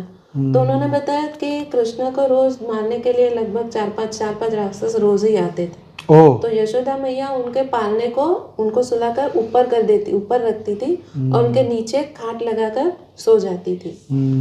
फिर ऐसे करके हमने और भी इंक्वायरी की कि कृष्ण को क्या पसंद है, क्या खाते हैं। तो उन्होंने बताया कि कृष्ण को पसंद है वो पकौड़ी वाला बनाते हैं ना, पूड़ियाँ, और उनको रस के साथ जो दो परी वाली रोटी बनाते हैं, हाँ, दो पड़ वाली के रोटी। रस के साथ। अच्छा, आम का रस भी खाते थे, वाह। और उसके साथ दो पड़ वाली रोटी, जिसको बोलते हैं ना, रोटी की दो परतें होती है, दो परतें वाली रोटी जो हम नॉर्मल चपाती खाते हैं, वो दो पड़ वाली हमारे गुजरात में होती है। और पकोड़ा कड़ी। अच्छा, पकोड़ा कड़ी। अच्छा। और उसके साथ पूरी बनाते कड़ी थे। पकोड़ा। तो उन्होंने मुझे क्या बोला कि कृष्ण को जो पूरी बनती थी ना वो अलग अलग शेप में बनती है, ऐसा नहीं पसंद था। एक जैसे एक समान होती है ना, वो ऐसी पूरी वो खाते थे। तो फिर मैंने सोचा कि भगवान भी ऐसा करते हैं कि भाई एक समान चाहिए, तो ऐसा क्या रीजन है। तो मुझे उसमें सीखने को ये मिला कि अगर मैं भी पूरी बनाऊंगी ऐसी, अब जन्माष्टमी आएगी तो मैं ऐसे कटोरी से कट कर दूंगी, सब एक जैसी बन जाएगी, तो भगवान खुश हो जाएंगे। फिर अंदर से आवाज आई, नहीं, भगवान ये नहीं चाहते कि मैं शॉर्टकट यूज करूं, वो तो मेरी कुशलता चाहते हैं। हमारे आत्मा की भी तो कोई कुशलता होनी चाहिए ना, कि मतलब आप हर चीज को निष्ठा के साथ ध्यान पूर्वक करो, तो ये वो योग है। मतलब योग कर्मेषु कौशलम, कि अगर हर कर्म ही चीज को कौशल है। कोई भी कर्म आप पूरे ध्यान से, पूरी निष्ठा के साथ अच्छे तरीके से करो, तो वो काम तो अच्छा होता ही है, लेकिन आपकी कुशलता उसमें आ जाती है। तो हमारी आत्मा की एक कहते हैं ना, अनुभव, हमारा अनुभवी आत्मा बनती है कि हम भी एक कुशलता पा लेते हैं, कौशल्य आता है हमारे अंदर। तो कृष्ण भगवान एक यही तो कहते हैं कि हर कार्य कुशलता से करो, पूरी निष्ठा के साथ अपना 100% देकर करो। तो ये मुझे बहुत ही मेरे दिमाग में अच्छी तरह से बैठ गया कि योगः कर्मेषु कौशलम, ये क्यों कहा जाता है। अच्छा, ये जो एपिसोड जो भी आपके सामने चल रहा है पास्ट लाइफ का, आप उन सबको योग के बारे में क्या इम्पोर्टेंस बताते हैं कि भाई क्यों योग करना चाहिए इन सबको? देखिए, योग का सबसे महत्वपूर्ण बिंदु तो यही है कि हम अपना सब क्लियर कर दें, मतलब शांत हो जाए और जो भी अंदर पड़ा है उसको क्लियर करते जाए। जैसे आप बैठेंगे शांत हो गए तो पहले तो विचार आते हैं, तो हम विचारों से ही भाग के आंख खोल के चले जाते हैं। और कुछ लोग योग करते हैं तो ऐसा सोचते हैं कि मैं गहरी निद्रा की अनुभूति करूंगी योग में। ऐसा नहीं होता। योग तो एकदम जागृत अवस्था है। आप बैठो और देखो कि क्या आ रहा है मेरे अंदर, और जो आ रहा है उसको बहने दो साक्षी भाव से।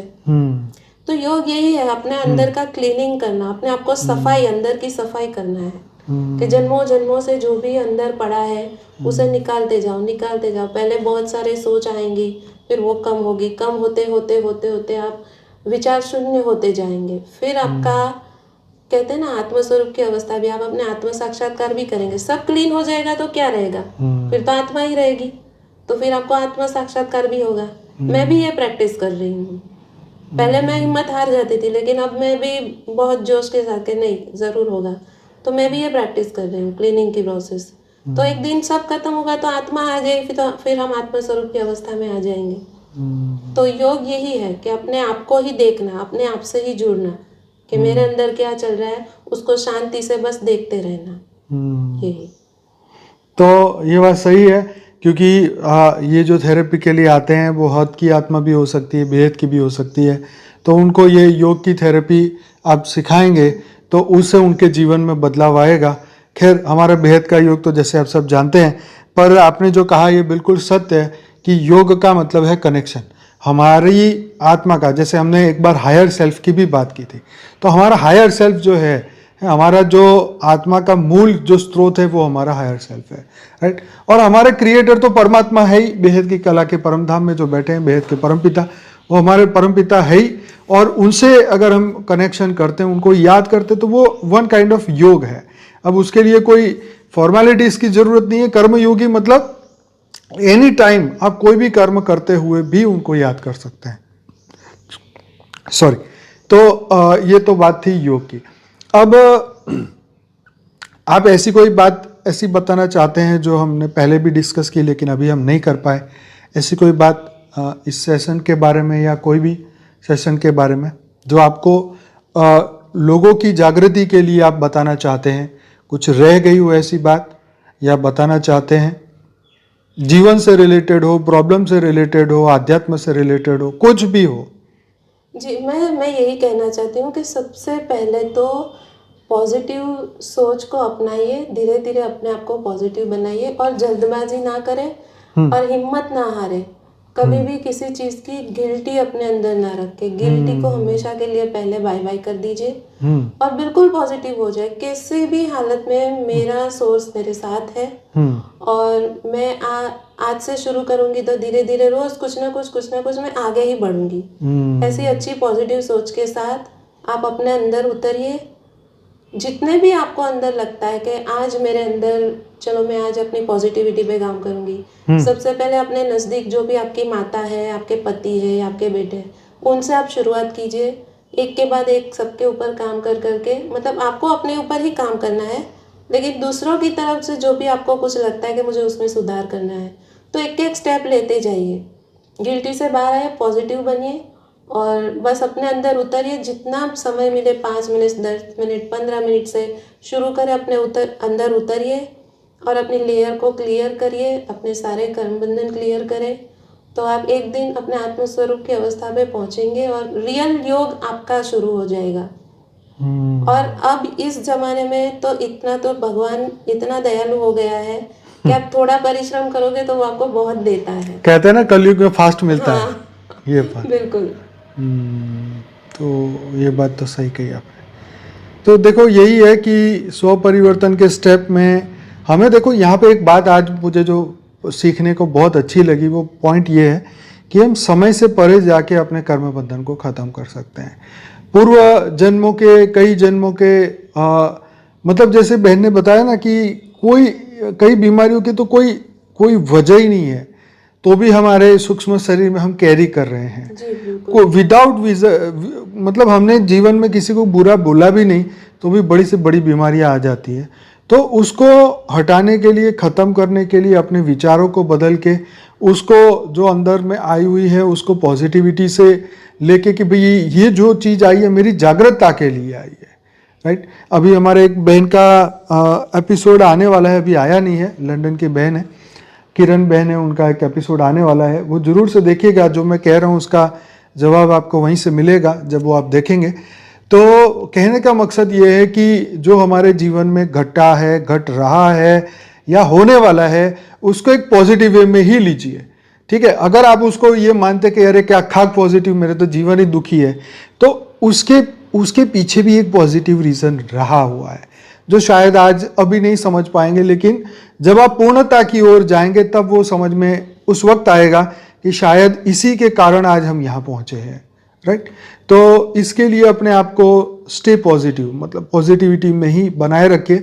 परमात्मा का हर पल धन्यवाद करते रहें कि आज हम इस जीवन में हम यहाँ हैं, स्वस्थ हैं, मस्त हैं, और इस वक्त हम धरती लोक पे हैं जहाँ पे हम रह के पूरे अनंत विश्व के अनंत जीवों का कल्याण हम यहाँ बैठ के कर सकते हैं। ऐसा मौका हमें परमात्मा ने यहाँ पे दिया है, ऐसा ज्ञान हमें दिया है। हाँ, मुक्ति, जीवन मुक्ति और उससे ऊपर की जो बापू जी ने बेहद का ज्ञान दिया है, वो ज्ञान तो बहुत ही वाकई में बहुत गजब का है। आने वाले समय में समझेंगे लोग। और कुछ कहना चाहेंगे बहन जी? बस मैं यही कहना चाहती हूँ कि हम आध्यात्मिकता में आते हैं तो हमें अच्छा लगता है, लेकिन सबसे पहले तो हमें एक अच्छे इंसान बनना है। मतलब अच्छे इंसान के गुण ही हमारे अंदर डेवलप नहीं होंगे तो हम आध्यात्मिकता में आगे कैसे बढ़ेंगे। ध्यान, योग, तो सबसे पहले तो हमारे जो इंसानियत के जो गुण है वही हमें डेवलप करने, जैसे क्षमा करना। जैसे आपने भी कहा कि कोई भी चीज़ हमारे सामने आती है, कोई दुख या दर्द या कोई भी चीज़ हमारे सामने आई, तो ये समझिए कि कुदरत ने हमें एक मौका दिया है, अब इससे आप कैसे डील करोगे। जैसे क्रिकेट में होता है ना, बॉल आता है और हमें बैटिंग कैसी करनी है। अच्छा बैट्समैन ऐसी बैटिंग करता है जो डायरेक्ट सिक्सर जाता है। तो हमें भी उसी तरह गेम की तरह लेना है कि अब ये चीज़ आई है, तो जैसे वो रियलिटी शो में होता है ना कि आपको ये टास्क दिया जाता है, उसमें कभी डरावना टास्क भी होता है, कभी बहुत साहसिक टास्क भी होता है। तो जिंदगी ऐसी ही है, जो भी आता है वो हमारा एक टास्क है, उसको हमें कैसे स्ट्रेटेजी बनानी है, क्या करना है, वो हमें सोच समझ कर उसमें आगे बढ़ना है। तो यही आध्यात्मिकता का चरण है। आप जितने अच्छे होते जाओगे उतने ऊंचे लेवल पर जाते जाओगे। तो यही है, जो भी हमारे सामने अभी है उसे आप बेटर से बेटर बनाइए, यही हमारा सबसे पहला योग है। जी, तो मेरा एक क्वेश्चन था कि जब हम पास्ट लाइफ रिग्रेशन की जब हम बात करते हैं तो यहाँ पे एक फ्रीक्वेंसी के बारे में भी एक बात आती है कि जैसे पर्टिकुलर व्यक्ति जो है गुस्सा करता है तो इसकी एक फ्रीक्वेंसी होती है। तो पास्ट लाइफ रिग्रेशन करने से उसकी फ्रीक्वेंसी में क्या फ़र्क पड़ सकता है? देखिए, ज़्यादातर जितने भी सेशंस होते हैं तो सबसे ज़्यादा क्रिटिकल इश्यूज़ वाले जो मतलब लोअर से लोअर फ्रीक्वेंसी वाले होते हैं, तो वो मैंने इमोशंस से लेकर ही देखे हैं। इमोशंस में जैसे गुस्सा है, फियर है, तो फियर का जो फ्रीक्वेंसी सबसे लोअर होती है। क्योंकि जिनके अंदर फियर होता है उनका जीवन बहुत ही खराब होता है, वो कुछ कर नहीं पाते। मतलब हर चीज़ का डर होता है, उनका शरीर कांपता है, उनकी सोचने की क्षमता कम हो जाती है। अब किसी को गुस्से का इश्यू होता है तो गुस्से में इतने इश्यूज नहीं होते। गुस्सा भी एक लोअर फ्रीक्वेंसी है लेकिन फियर से हायर है, जैसे कि हमने उस वीडियो में भी एक देखा था। तो बिल्कुल वैसे ही जो फियर वाले होते हैं बहुत ही खराब सिचुएशन में घबराए हुए, कुछ बोल नहीं पाते। अगर कुछ सामने थेरेपी में जो उस लेवल पे जाते हो तो चिल्लाने लगते हैं, घबराने लगते हैं। अब गुस्से वाला व्यक्ति कभी घबराता नहीं है, वो तो छाती ठोक के जाता है सामने वाले को, लेकिन फियर वाला उसमें हिम्मत भी नहीं होती, वो एकदम लोअर फ्रीक्वेंसी में होता है। तो वो ज़्यादा उसको हीलिंग की ज़रूरत है। तो ये फ्रीक्वेंसी के बारे में बताएंगे कि कौन से व्यक्ति की क्या क्या फ्रीक्वेंसी होती है? देखिए खास करके जो हीलर्स होते हैं उनकी तो हाई फ्रीक्वेंसी ही होती है, क्योंकि वो एक अनकंडीशनल लव से रिलेट करते हैं। जब मैं कोई भी मेरे पास आएगा तो मेरे लिए सब समान है। मैं ये नहीं देखूंगी कि ये तो मेरी पड़ोसन है, मैं उसको तो इतने पैसे में ही करूंगी, ये नहीं करूंगी, ये तो ऐसे नहीं, मेरे लिए सब समान है। तो एक हीलर की स्टेज पे हम उनमें हीलर की स्टेज भी बताई गई है, तो एक अनकंडीशनल लव से उनकी फ्रीक्वेंसी हाई होती है। जो क्लाइंट आते हैं वो इश्यू लेकर आते हैं, तो फियर से ऊपर फिर गुस्सा आता है, उसके बाद फिर एक कहते हैं ना कि सक्सेसफुल होने का भी जो फ्रीक्वेंसी है वो फिर उससे हाई होती है, लेकिन उसमें भी तो कुछ एम्बिशंस होते हैं, इच्छाएं होती है, डिज़ायर्स होती है, तो वो भी गुस्से से हाई होने के बावजूद भी थोड़ी लोअर होती है, क्योंकि वो एक अनकंडीशनल लव से ऑपरेट नहीं करता है। तो मतलब कहने का मतलब यही है कि जितने अच्छे अच्छे गुण हमारे अंदर आते जाएंगे और कहते हैं ना गुणातीत हम होते जाएंगे, जितना हम छोड़ते जाएंगे गुण और अवगुण दोनों को ही छोड़ते जाएंगे, तो हमारी एक हायर फ्रीक्वेंसी बनती जाती है। तो ये बात आपने बहुत सही कही कि जब हमारे अंदर अभी हमारे अंदर कर्म बंधन है, तो वो कर्म का जो फल अभी आने वाला है वो अभी तो हमें चैन से बैठने नहीं देगा, क्योंकि वो अंदर है। ठीक है, जैसे बोलते हैं ना कि अभी तुम्हारे अंदर कुछ पॉइजन है तो वो कभी ना कभी तो बाहर आएगा। तो वो समय का इंतजार करता है कि भाई वो कब वो कैरेक्टर मेरे सामने आए और वो पॉइजन बाहर निकले। या कहते हैं ना किसी को बस 2 शब्द बोल दो और तुरंत ही वो भौंकना शुरू। तो कहने का मकसद ये है कि दोष अंदर है, तो दोष अंदर है तो कुछ भी सामने आने से हम बोलना शुरू कर देते हैं। तो जो दोस्त अंदर बैठे हुए हैं तब तक वो आपकी फ्रीक्वेंसी को हाई नहीं होने देंगे। जैसे बहन ने बताया कि अनलिमिटेड लव या अनकंडीशनल लव या इस तरीके के जो विश्व कल्याण की जो भावना है वो मनुष्य में तभी डेवलप्ड होगी जब हम ये नीचे की फ्रीक्वेंसी से ऊपर निकल जाए। ये क्रोध है या हानि है या एक ये कान रस की बात है, इधर से उधर करने की बात है, किसी को नीचा दिखाने की, किसी के बुरे किसी के कैरेक्टर पे बात करनी, या ऐसी जितनी भी लोअर लेवल की बात है, अगर जब तक हमारे मन के अंदर पड़ी है या अभी हमारी इच्छाएं हो रही हैं किसी के बारे में हम ऐसी बातें करें, तो मतलब दोष अभी भीतर है तो वो तुम्हें हाई फ्रीक्वेंसी पे नहीं पहुंचने देगा। क्योंकि हाई फ्रीक्वेंसी में पहुंचने के लिए पूरा अंदर से क्लीन होना जरूरी है। जो अंदर है जो बाहर है, कहते हैं ना माइंड स्पिरिट एंड बॉडी, वो तीनों एक ही लाइन पे अगर काम करेगा तो ही हम अल्टीमेट फ्रीक्वेंसी मतलब अल्टीमेट पावर, अल्टीमेट कला तक पहुंच पाएंगे। कि तो ये जो थेरेपी है ये हमें मतलब ये समझाती है कि हमने पास्ट में कुछ ऐसा किया था, उसका रिजल्ट आज हमारे सामने आ रहा है, मतलब वो कर्म का बंधन चलता आ रहा है, हमें इससे ऊपर होना है। तो अपने अंदर के जो अवगुण है जीवन के वो खत्म करने होंगे।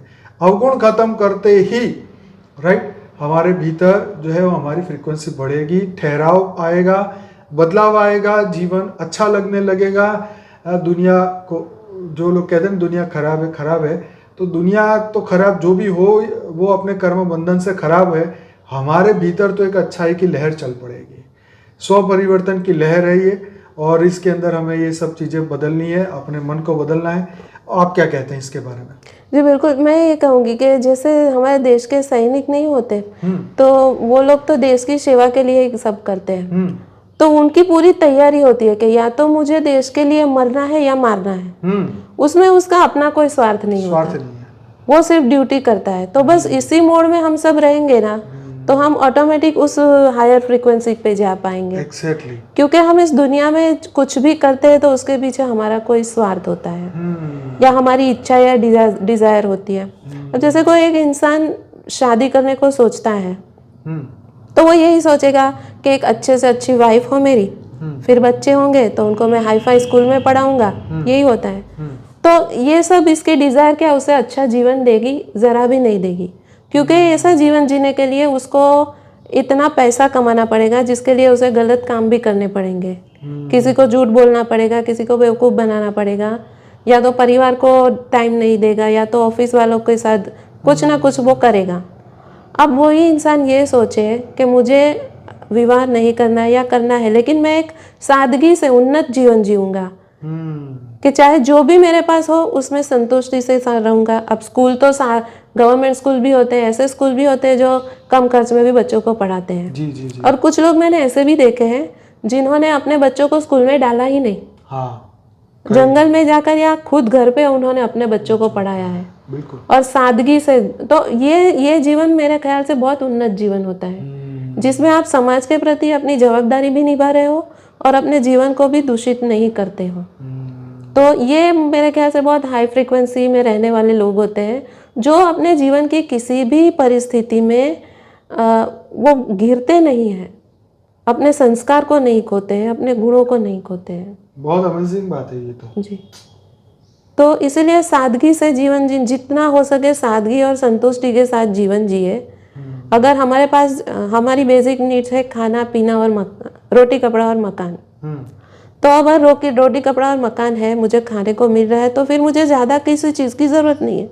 अगर इतना होने के बाद भी अगर मेरे पास कुछ पैसा बचता है तो मैं उसे कुछ अच्छे काम में यूज़ करूँगा, जहाँ ज़रूरत है वहाँ दूंगा। अगर सभी ऐसा सोचने लगे तो हमारी एक समाज रचना भी इतनी मजबूत बनेगी कि सबकी ज़रूरत पूरी होगी, तो सब खुश रहेंगे, और सब खुश रहेंगे तो बहुत जल्दी वाइब्रेशंस हाई होने लगेंगे। तो मनुष्य के दुख का कारण उसका अज्ञान है, उसकी इच्छाएं, उसकी कामना है, उसकी फ्रीक्वेंसी या उसके वाइब्रेशन। फ्रीक्वेंसी मतलब वाइब्रेशन लेवल, वाइब्रेशन लेवल मतलब सोच की जो वाइब्रेशन भी इसको इसी तरीके से समझे कि हमारी जो कंटिन्यू जो हमारा माइंड जो है वो एक सोच के ऊपर कार्य करता है। एक ही सोच को मान लो दिन में 1000 बार सोचता है कि मैं करोड़पति बनना चाहता हूँ, करोड़पति बनना चाहता हूँ, करोड़पति बनना चाहता हूँ, तो वो जो वाइब्रेशन पैदा करेगा वो है तो यहीं के ही हद के ही है, उसकी सोच को वो डायरेक्शन दे रहे हैं। पर अगर वो ये विश्व कल्याण के लिए या अपनी आत्मा के कल्याण के लिए कि मैं अपनी आत्मा का कल्याण करना चाहता हूँ, मैं विश्व का कल्याण करना चाहता हूँ, तो ये दोनों वाइब्रेशनों में कितना फ़र्क है ये देखो। उसके अंदर जो एनर्जी जा रही है आत्मा की, उसको देखो कितना फ़र्क है कि हमारा जो संकल्प जो कार्य करने वाला है, फलीभूत होने वाला है, उसके पीछे आत्मा की एनर्जी खर्च हो रही है ना। अब वो एनर्जी अगर विश्व कल्याण के लिए खर्च हो रही है तो वो मल्टीपल होके वापस आएगी। और स्व कल्याण, जैसे गीता में बोला ना कि जो अपने आप का ही कल्याण करना चाहता है वो तो स्वार्थी है ना। तो जो विश्व का कल्याण करना चाहता है वही स्थित प्रज्ञ है। तो हे अर्जुन तू वो मुनि बन, हे पार्थ तू वो मुनि बन। स्थित प्रज्ञा वो मुनि है जो विश्व के कल्याण के बारे में सोचता है। तो खैर ये यही बात थी एनर्जी की, फ्रीक्वेंसी की, वाइब्रेशन की, कि लोअर एनर्जी के लोग आज धरती पे मतलब मुश्किल से 1, 2 या 3% लोग ही ऐसे होंगे जो हायर वाइब्रेशन वाले हैं, हायर फ्रीक्वेंसी वाले हैं, जो विश्व कल्याण के बारे में सोचते हैं। बाकी तो जो अपने बारे में सोचते हैं वो तो बापूजी बोलते हैं वो तो सब जानवर ही है, क्योंकि आज जो मिला है वो तो जाने वाला है, आज जो मिला है कुछ रहने वाला नहीं है। आप नचिकेता का एपिसोड देख चुके होंगे, आपको पता ही है कि टेम्पररी चीज़ों के लिए तो उसने मना ही किया कि मुझे तो कुछ चाहिए ही नहीं ऐसा, पूरी पृथ्वी का राज भी दे दोगे तो भी मैं नहीं लूँगा क्योंकि ये तो ख़त्म होने वाला है। तो मुझे तो अविनाशी चाहिए जो अमर है, अनंत काल तक साथ रहे, अनंत काल तक मुझे वो सुख की अनुभूति कराए, मैं तो वही चाहता हूँ। तो वो तो सिर्फ ज्ञान है और ज्ञान के सिवाय ये नहीं पॉसिबल हो सकता है। आपका क्या कहना है? बिल्कुल ज्ञान से ही होगा। देखिए मैंने पास्ट लाइफ में कई बार ये भी देखा है, जैसे मैं आपको बोल रही थी, मेरे पिता की बात कर रही थी कि उनके प्रति जो मुझे प्रेम था, अब इतना प्रेम, इतना आकर्षण हमें कोई सामान्य मनुष्य के साथ नहीं हो सकता। कोई हमारा सोर्स मैं जिसे मानती हूँ, जैसे बापूजी है, हम जिसे मानते हैं, वो सोर्स का ही कुछ अंश उसमें होता है। वो हमारे जीवन को बेहतर बनाने के लिए आते हैं, कभी कभी हमारे सामने ऐसे प्रेम के रूप में आते हैं। तो वो बापूजी ही है जो पूरे जीवन पिता के स्वरूप में मुझे प्रेम दिया। हमारे साथ जीवन में कई बार ऐसा होता है कि कोई बुरे से बुरा इंसान भी कभी कभी हमारे साथ इतना अच्छा बर्ताव कर देता है कि हमें वो इंसान के प्रति मान बढ़ने लगता है कि इतने ऐसा अच्छा क्यों किया। क्योंकि ईश्वर जानता है कि हर जो कर्म बंधन आपके जीवन में है उससे निपटने के लिए आपको वो कुछ दे, कुछ हिम्मत दे, तो उस वक्त आपको हेल्प मिलती है। तो कहीं से भी आपको कोई पॉजिटिविटी मिलती है तो आप समझो कि ईश्वर आपके साथ है और आप हिम्मत के साथ आगे बढ़ो, अपने आप को जरा भी डाउन ना होने दे, लो ना होने दे। और हमेशा जैसे बापूजी ने तो कहा ही है कि मैं तो बेहद की आत्मा हूँ, इसलिए ये मंत्र है कि मैं बेहद की परम परम परम महान आत्मा हूँ। मैं कैसे दूसरों के साथ, मेरे साथ भी ऐसा होता है। अगर मैं ऐसा बोल रही हूँ तो इसका मतलब ये नहीं कि मेरे साथ सब, मैं हमेशा हिम्मत ही, मैं कभी कभी ऐसा डाउन होती हूँ तब मैं यही सोचती हूँ कि मैं तो बेहद की आत्मा हूँ, मैं कैसे ऐसे सोच सकती हूँ। तो फिर अपने आप वापस मैं उसको रिकवर कर देती हूँ, वापस अपनी फ्रीक्वेंसी को मैं हाई कर लेती हूँ कि मैं किसकी बच्ची हूँ, मुझे कौन मिला है, मुझे कैसा ज्ञान मिला है। वही कि जब हमें अपने सोर्स का पता चल जाए, अपने आप का पता चल जाए, तो हम बुरे कर्म तो करेंगे नहीं, क्योंकि जब हमें पता चल चुका है कि हम ब्रह्म स्वरूप आत्मा हैं, तो फिर हम बुरा क्या करेंगे, क्या करेंगे जो हमें, क्योंकि हम धरती लोक के हैं नहीं, तो फिर यहाँ ब्रह्म सत्य जगत मिथ्या, अगर हम इस बात को समझ चुके हैं तो फिर इस मिथ्या के लिए और क्या करेंगे, ये तो बात सच है। तो ज्ञानियों की तो बात ही कुछ और है, वो तो हमेशा से महान आत्मा ही है जो ज्ञान के लिए अपना समय संपर्क शक्ति लगाते हैं विश्व कल्याण के लिए। तो वो तो सब महान आत्मा है, वो तो हाई फ्रीक्वेंसी की आत्मा है, हाई वाइब्रेशनल बीइंग्स हैं, और ऐसी ही आत्माएं जो है विश्व के लिए कुछ कल्याण का कार्य कर सकती है। जी बिल्कुल। चलिए, आज तो बहुत ही मज़ा आ गया आपके साथ ये सब चर्चा करने में, और वाकई में ये एपिसोड डेफिनेटली सबको बहुत पसंद आएगा। ज़रूर से वीडियो को लाइक करिए, कमेंट करिए और शेयर करिए, और हमारे चैनल को बने रहिए। बहुत सारे एपिसोड आ चुके हैं, बहन का एक पहला भी पार्ट बना हुआ है, वो भी ज़रूर से देखें। उनके जीवन की स्पिरिचुअल यात्रा भी हमने डिस्कस की थी। तो आप सभी बेहद की आत्माओं का बहुत बहुत धन्यवाद। साथ ही में हमारी मेन चैनल है बापूजी दशरथ भाई पटेल, जिसके अंदर मैं डेली रात को 10 से 11 लाइव मेडिटेशन कराता हूं, और करीबन 850 के आसपास एपिसोड होने वाले हैं। साक्षी की चैनल है परम शांति मोटिवेशन एंड मेडिटेशन, जिसमें सुबह 5:30 से 6:30 बजे वो लाइव मेडिटेशन कराती है। उनके भी 50 एपिसोड होने वाले हैं। झील पटेल की चैनल है, जिसके अंदर इंग्लिश वीडियो है, 55 के करीब वीडियोस है, तो जो हिंदी नहीं जानते वो इंग्लिश भी देख सकते हैं। तो बहुत बहुत धन्यवाद आपका शिल्पा जी, आपने बहुत ही इम्पोर्टेंट और जीवन की बहुत ही गहरी बातें आज सबके सामने लेके आए हैं, और डेफिनेटली ये सब चीज़ों से, ये सब जानकारी से उनका जीवन, सबका जीवन जरूर बदलेगा, ऐसी आशा के साथ इस एपिसोड को यहीं समाप्त करते हैं। बहुत बहुत धन्यवाद। परम शांति। बेहद की परम शांति सोचो, बोलो परम शांति। Join us daily for live meditation, 10 p.m. to 11 p.m. on YouTube Live. Subscribe now. Website www.paramshanti.org. Email us anant@paramshanti.org. Like, share, subscribe. Join today. बेहद की परम